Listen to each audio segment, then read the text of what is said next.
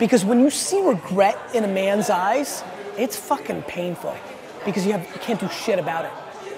When you're 90 and you're not mobile and you're tired and it's over, you can't do it. You can't do it. You can't build that company you wanted. You can't spend that time with your kid. It's regret. Yeah. And it fucking drives the shit out of me.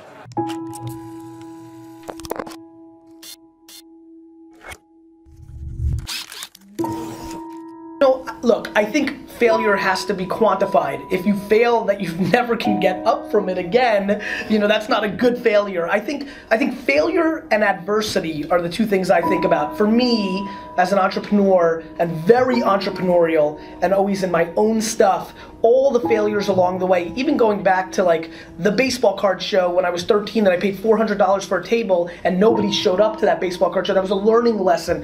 Those micro failures were super, super important. I think, it depends on your stomach, right? Like if you really fail, like go out of business, I think people take one of two ways, right? They're like just finished and they're never able to get off the mat and they go in a different direction. So to me, I think quantifying the failure is important to me. They gotta change, you gotta evolve. Like Madonna did it right. She reinvented herself 14 times. That's why she had a long career. Like you've gotta reinvent yourself. So let's talk about sports. When you're the best athlete and you're like the guy and you're like one of the top 15 players, Draymond Green, he's my buddy. Draymond really worked on his game every offseason. Ricky Rubio, the flashy point guard from Minnesota, if he developed his outside shot, he would have been a much bigger player. He had all the passing skills, the quickness, he's got everything. If instead of going to Ibiza and fucking chicks in the offseason, he worked on his 18-foot jumper, he'd be in the game. If you have ambition, your actions have to match that. And too many people are just like not putting in the work.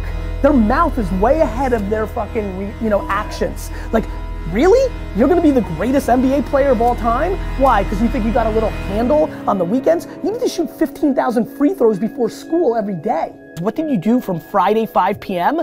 until Monday 7 a.m.? I'm just curious, and I don't think you shouldn't have a weekend, but I think everybody's ambition actually is more predicated on their actions than their words. My friends tell me all the time they're so ambitious, and I'm like, if that's true, then you punt leisure, and you punt concerts at Jones Beach, and you work.